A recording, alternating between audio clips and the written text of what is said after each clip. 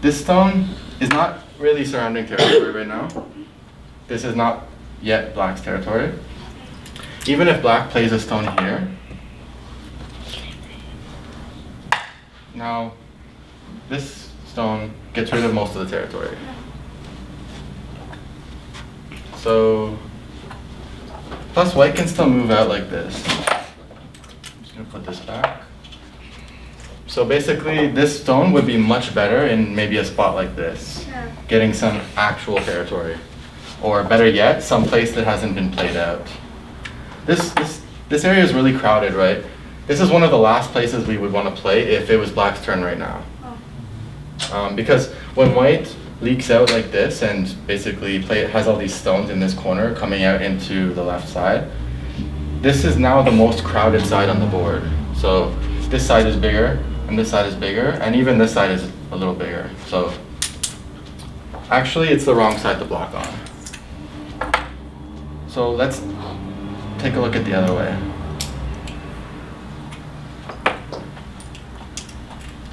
Black blocks on this side. White moves out, connects. Where's the next move for black? For black. Yeah.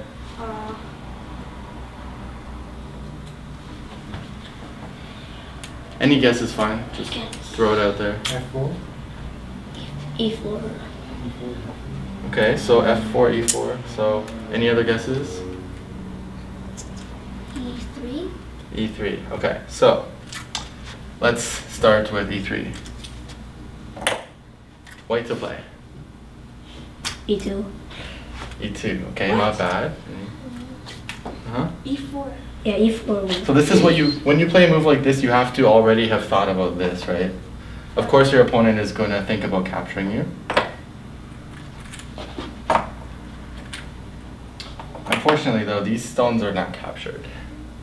The best you can do at this point is not trying to save them and just getting captured, is to sacrifice them now.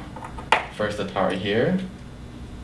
This exchange is good for black because this gets territory and this doesn't really do anything. And then reduce the liberties of these two stones. Yeah, you get captured, but at least, you know, you keep fighting. You don't try to save what's already gone, right?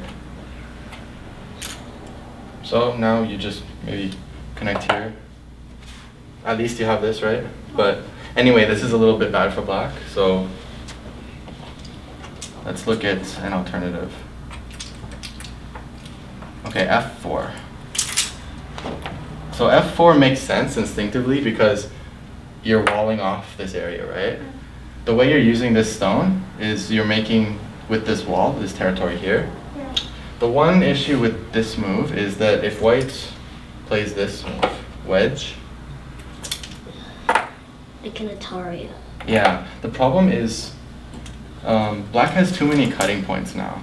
In order to use this stone and make it not a bad stone, you need to play this move and make it united and help you. If you fix your cut, like maybe this or this, then yeah, exactly, right?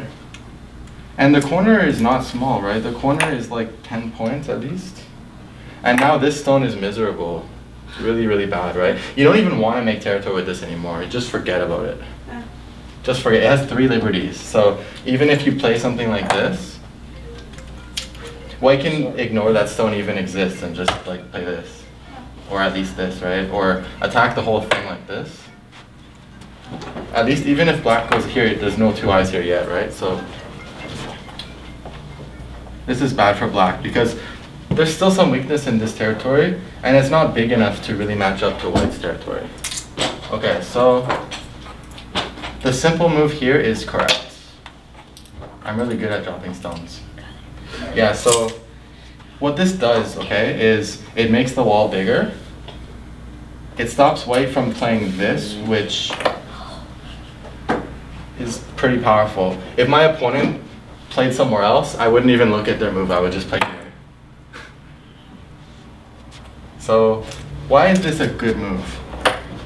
It's because white has the cuts. Remember in the other Joseki where black cut white off and white went this way, right? No. Do you remember I explained why we have to do the hanes before we jump?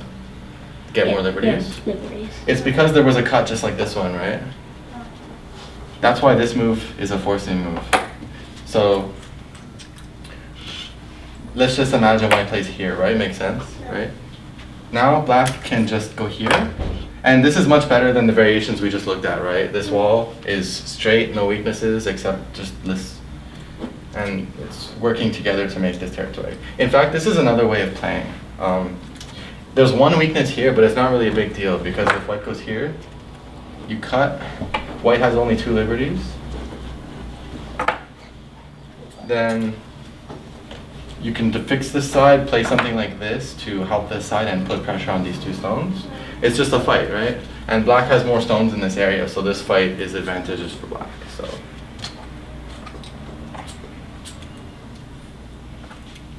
the main joseki you guys should know is normally white actually plays here. Yeah. This one's actually okay. This one's actually okay. There's nothing wrong with this one because if black plays this way now, which is the case for this joseki, this white stone takes a liberty away from these 3, which can be a problem if white comes in there. That's why black, if white plays here, black usually plays this one instead of this one. So it's just another way to play. The reason this one is a good move is because it indirectly fixes the problem, but it also has potentially more eyes like this if you need to. Okay, so blocking on this side makes more sense because you need to use this stone to make your territory here. Okay, let's move to a different position.